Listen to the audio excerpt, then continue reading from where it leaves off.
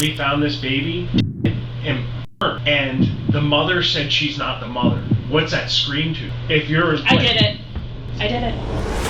Así, con total frialdad y sin mostrar ni una pizca de remordimiento, Keri Masuka confesó que fue ella quien le quitó la vida a su recién nacido en septiembre de 1997.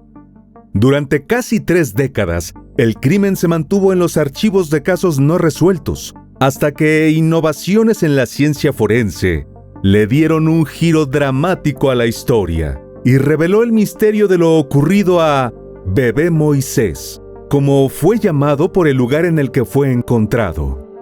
En este video te contaremos los detalles del caso que conmocionó a la comunidad y de la escalofriante confesión de una mujer que se definió a sí misma como una gran madre, cuando en realidad fue capaz de hacer lo inimaginable con su propio hijo.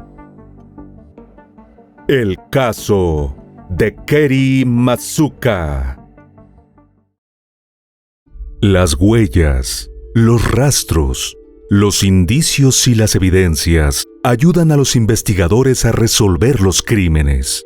El pasado de la víctima y del victimario nos ayudan a comprender su comportamiento. Todo esto forma parte del expediente criminal. Y aquí te lo presento. Soy Ángel y te doy la bienvenida a este canal. Antes de empezar con el video, recuerda suscribirte y activar la campanita para que recibas una notificación cada vez que suba algo nuevo. Tampoco se te olvide al terminar dejarnos tu me gusta.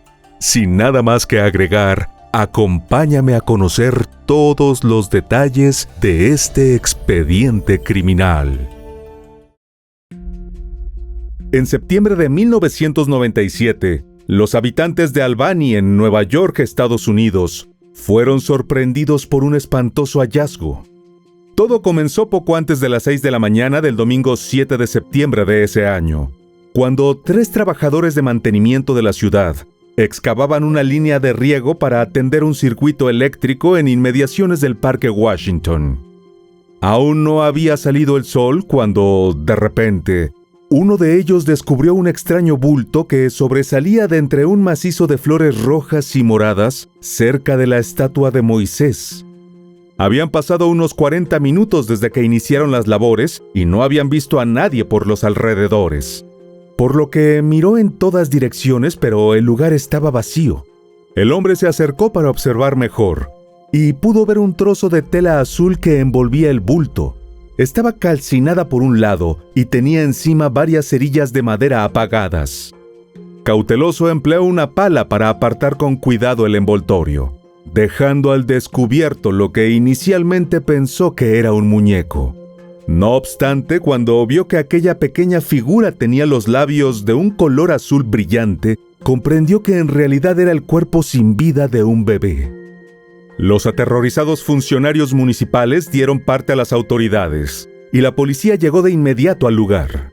Los oficiales acordonaron una pequeña franja de césped detrás de la estatua, mientras peritos criminalísticos excavaban un rectángulo de tierra en el sitio donde se encontró al bebé, y recogían cenizas y otras pruebas. Técnicos forenses envolvieron cuidadosamente el cuerpo del niño y lo trasladaron a la morgue para examinarlo y tratar de descubrir las causas del deceso y establecer la identidad de la madre de la criatura, aparentemente un recién nacido, pues aún tenía adherido el cordón umbilical.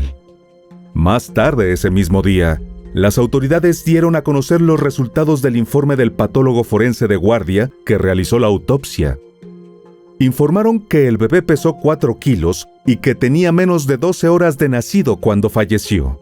Asimismo, una prueba realizada a un mechón de cabello oscuro indicó que era caucásico. Aunque el informe no especificó la causa de defunción, no encontraron evidencias de trauma o enfermedades congénitas, por lo que se concluyó que el pequeño no murió por causas naturales. De igual modo, la policía dijo en ese momento que el bebé había sido aseado para eliminar los restos biológicos del parto, un detalle que llevó a creer que recibió cuidados en el corto tiempo entre el parto y el deceso. Además, señalaron que la ausencia de placenta o de restos hemáticos en el lugar del hallazgo indicaba que la madre no había dado a luz al niño en el parque, sino que lo llevó allí para deshacerse del cuerpo. En ese momento, la policía aclaró que los resultados de los análisis para determinar la causa y la hora de la muerte no fueron concluyentes, y que las pruebas toxicológicas tardarían más tiempo en completarse. La historia del pequeño, al que la policía comenzó a llamar Bebé Moisés, por el lugar en el que lo encontraron, conmovió profundamente a la comunidad de Albany, que se organizó para llevar a cabo un funeral. La ciudad dispuso de un ataúd blanco y el pequeño fue sepultado en el cementerio local. Sobre su tumba se colocó una lápida coronada con un cordero de mármol, que tenía escrito el nombre que le dio la ciudad, Moisés Washington, y el epitafio que decía, Ciudadano de Albany, Hijo de Dios. Las autoridades acudieron a la ciudadanía con la esperanza de encontrar alguna pista, pidiéndole a cualquier persona que conociera a una mujer que hubiera dado a luz en ese periodo, pero que no tuviera hijos, que contactara a los detectives. La policía también buscaba a testigos que pudieran haber visto a una persona cargando un bulto cerca de la estatua de Moisés la noche del sábado 6 o la madrugada del domingo 7 de septiembre. Pese a la conmoción pública que generó el caso y a los esfuerzos de las autoridades, no se encontraron pistas, y con el paso del tiempo el caso se fue enfriando. Sin embargo, quienes desde el inicio se hicieron cargo de las investigaciones, nunca se olvidaron del bebé Moisés, y perseveraron para mantener vivo su caso en la memoria colectiva.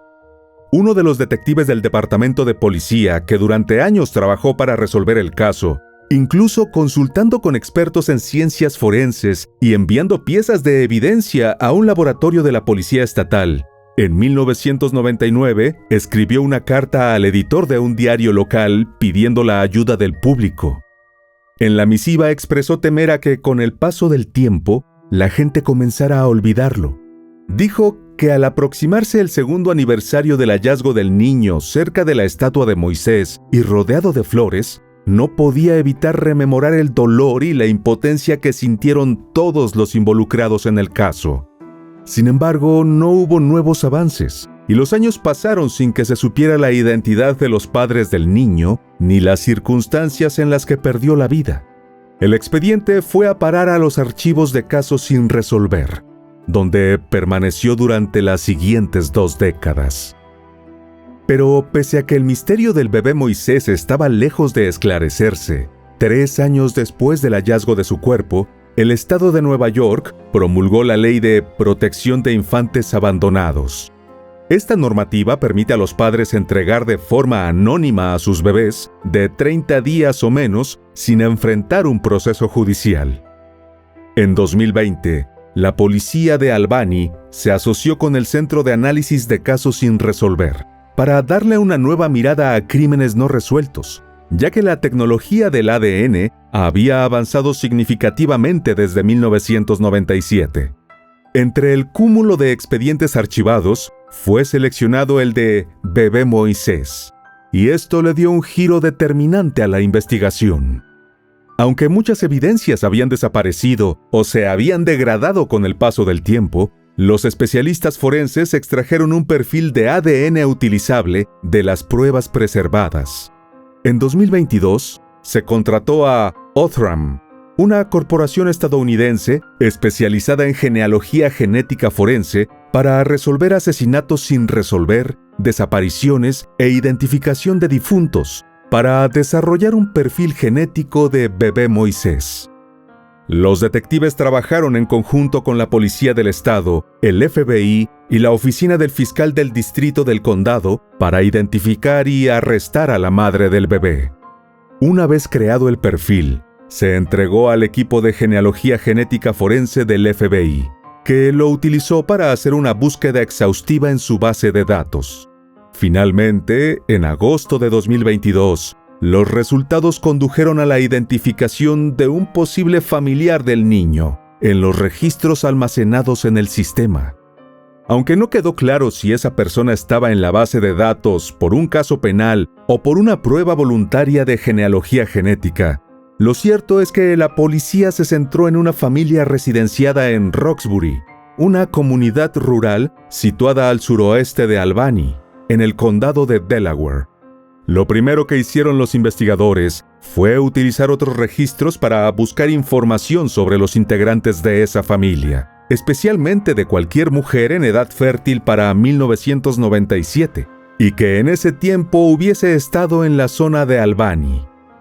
Fue así como dieron con el nombre de Keri Masuka, de 52 años, quien para el momento del nacimiento de bebé Moisés tenía 25. Aunque la información sobre Keri es escasa, se sabe que nació en 1972 en Altamont, Nueva York, y que creció junto a sus padres, Dennis y Mary Spillman, en el área de Roxbury. Asistió a la escuela secundaria local, de donde egresó en 1990. Luego se matriculó en una universidad cercana antes de mudarse a Albany. Durante más de 24 años, trabajó para una importante firma inmobiliaria que mostraba numerosos servicios comunitarios. También trascendió que Keri, cuyo apellido de soltera era Spillman, estuvo casada con Jason Masuka, con quien procreó un hijo y una hija, nacidos a inicios de la década del año 2000. Para los investigadores fue revelador descubrir que en septiembre de 1997, ella vivía a unas 5 cuadras al oeste del Parque Washington. Sus vecinos la consideraban una buena madre y una ciudadana de conducta intachable. Solía asistir a los encuentros deportivos y eventos escolares de sus hijos, y en vacaciones viajaban con otras familias del vecindario, con las que mantenían una relación cercana de amistad. Nadie sospechaba que tras esa fachada de normalidad, se escondía un oscuro secreto que pronto saldría a la luz. Algunas fuentes aseguran que un par de meses después de que se compartiera con la policía la nueva pista, los detectives recolectaron basura frente a la residencia de los Masuka y realizaron pruebas de ADN a vasos desechables, botellas, latas y cualquier otro desecho que pudiera contener restos biológicos. Cuando llegaron los resultados, confirmaron que el ADN de la mujer en la residencia probablemente provenía de la madre biológica del niño. De manera que durante el siguiente año se intensificó la investigación, y la policía comenzó a seguir los movimientos y a monitorear los registros telefónicos de Keri. El 6 de septiembre de 2024, la policía detuvo a Keri Masuka y la entrevistaron durante varias horas. Pero lo que se dijo en ese interrogatorio se supo tiempo después, cuando en respuesta a una solicitud amparada por la Ley de Libertad de Información, la Fiscalía de Albany le proporcionó a un medio local el registro visual del interrogatorio, en el cual, tal como vimos en las imágenes que reprodujimos al inicio, la mujer admitió haber asesinado a su hijo recién nacido. En los videos se observa cuando le leyeron sus derechos, y ella decidió responder las preguntas sin la presencia de un abogado.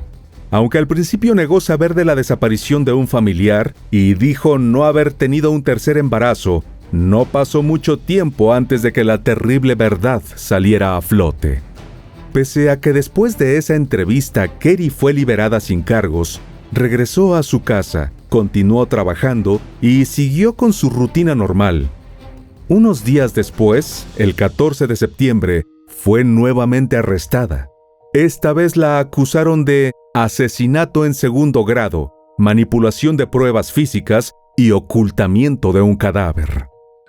En las grabaciones que se hicieron virales, se ve a Keri sentada en una silla giratoria con una postura relajada y gesticulando tranquilamente con sus manos mientras negaba su participación en el caso del bebé Moisés.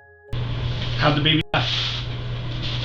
I think I had water in the bathtub. I think it drowned. You drowned it? I didn't drown it. Why'd you? I didn't burn the baby. Who did? I don't know who did. Aunque en todo momento estuvo inexpresiva, tuvo una leve reacción cuando le mostraron las imágenes del cuerpo parcialmente calcinado, y fue entonces cuando confesó que ella lo hizo. Con una escalofriante tranquilidad, la mujer admitió que ella sofocó a su hijo recién nacido poco después del parto y que intentó quemar el cuerpo para destruir la evidencia antes de dejarlo en el Parque Washington. Según su relato, no sabía que estaba embarazada y dio a luz al bebé en la bañera de su apartamento, pero el recién nacido falleció poco después. Sin mostrar remordimiento alguno, expresó que no estaba segura de cómo deshacerse del cuerpo, por lo que lo introdujo en una bolsa y lo llevó al parque, donde lo entregó a una persona desconocida. Cuando le preguntaron por qué lo hizo, dijo que no tenía idea de lo que hacía, pues estaba en shock. Sin embargo, explicó en detalle que cortó el cordón umbilical de su hijo con una tijera antes de envolver su cuerpo en tela e intentar quemarlo para ocultar la evidencia que pudiera rastrearse y llevar hasta ella. Según el testimonio de Kerry, ella nunca le contó a nadie lo sucedido hasta que fue confrontada por los investigadores en la estación de policía. También dijo con insistencia que bloqueó lo ocurrido durante la noche del 6 de septiembre de 1997 y que hizo todo lo posible para evitar la amplia cobertura mediática tras el descubrimiento del cuerpo. Afirmó estar 100% segura de quién era el padre. De hecho, la fiscalía omitió fragmentos de la entrevista con información que identificaba al hombre, que según Kerry era mayor que ella y asistía a la misma escuela secundaria en el condado de Delaware cuando se conocieron. Cada cierto tiempo, Kerry se quedaba sola en la sala de entrevistas, y en los videos se observa que a veces parecía dormir. Cuando le preguntaron qué le diría ahora a su bebé, respondió que lo amaba y lo sentía. Pero los detectives le dijeron que algo en su historia no cuadraba, ya que la autopsia había revelado que bebé Moisés no había fallecido por causas naturales. En ese momento, ella admitió con absoluta calma que no sabía qué hacer, que el bebé estaba muerto y le prendió fuego. You did not hand this baby to a random person. That didn't happen. I didn't know what to do. I set the baby on fire. Was it screaming? No, it was dead. Hacia el final de la entrevista, un abogado le dijo que no la arrestarían, aunque la policía no lo descartaba, y más adelante podrían arrestarla y aplicarle más sanciones, como efectivamente ocurrió días después del interrogatorio. En su primera comparecencia ante el tribunal, en noviembre de ese mismo año, el abogado de Kerry le dijo al juez interino de la Corte Suprema Estatal que la vida entera de ella estaba ligada a la comunidad y que por tanto no corría riesgo de fuga. Sin embargo, el magistrado le ordenó a la mujer permanecer bajo custodia sin fianza. De acuerdo con reportes de la prensa local que citaban al abogado de Kerry, posterior a la confesión, hubo negociaciones para una declaración de culpabilidad que se prolongaron durante los siguientes meses. Finalmente, el 13 de febrero de 2025, en el marco de un acuerdo alcanzado con la fiscalía, Kerry Masuka, de 53 años, se declaró culpable de homicidio involuntario y manipulación de pruebas ante el Tribunal del Condado de Albany. Para la audiencia de sentencia, que se programó para abril, se exponía a una pena de hasta 25 años de cárcel en una prisión estatal. 2 meses después, tal como estaba previsto, se celebró dicha audiencia, y antes de que se leyera el veredicto de la corte, Kerry Masuka tuvo la oportunidad de dar una breve declaración. En su intervención ante el tribunal, pidió disculpas y admitió que cometió algo horrible e inimaginable, y dijo vivir con remordimiento y arrepentimiento. Afirmó que era una excelente madre y que había llevado una vida respetuosa de la ley, por lo que creía merecer una sentencia larga. I am a great mom. I've lived a law-abiding life, and I do deserve a lengthy sentence. I just hope you use some discretion and go with the lower end. Thank you. Pese a que sus 2 hijos superaban ya los 20 años, durante el juicio, Kerry insistió en que ellos todavía la necesitaban. Les dijo a los jurados que esperaba que usaran su criterio y se inclinaran a favor de la pena más baja. La acusada expresó que no quería repetir los acontecimientos del 6 de septiembre de 1997, evitando mencionar los hechos y referirse a su hijo. En tanto que su abogado señaló que su cliente había llevado una vida honrada y había recibido cartas de apoyo de su familia. Atribuyó sus actos a un estado de perturbación mental del periodo posparto y puso como ejemplo otros casos similares al suyo. Por su parte, la fiscalía recordó que la acusada tenía 25 años cuando dio a luz a su bebé en secreto. Poco después, asfixió al indefenso recién nacido y tuvo la suficiente claridad mental para llevar su cuerpo al parque envuelto en una manta y prenderle fuego para eliminar las evidencias. Antes de leer el dictamen, el juez declaró el caso como una tragedia descomunal, a la vez que se preguntaba qué sentencia podría imponer el tribunal para compensar la pena capital que la acusada le impuso al bebé Moisés, o la cadena perpetua que se impuso a sí misma. Finalmente, el viernes 18 de abril de 2025, casi 3 décadas después del espantoso descubrimiento del cuerpo semicalcinado del recién nacido en el Parque Washington de Albany, el Tribunal del Condado sentenció a Keri Masuka a 25 años de cárcel por el deceso de su hijo, bebé Moisés, en septiembre de 1997. Esta condena será seguida por 5 años de supervisión posterior. El Departamento de Correccionales y Supervisión Comunitaria del Estado afirmó que aún no se había determinado el sitio de reclusión donde la mujer cumplirá la condena. Keri será elegible para libertad condicional en 2046.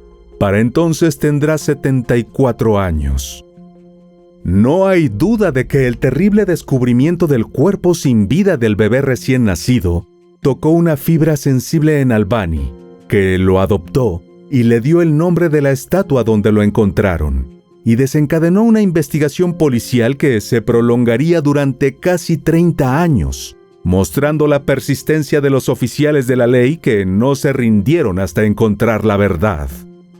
Por otro lado, la historia de bebé Moisés puso de relieve la importancia de la tecnología y la investigación forense en la resolución de casos antiguos sin resolver.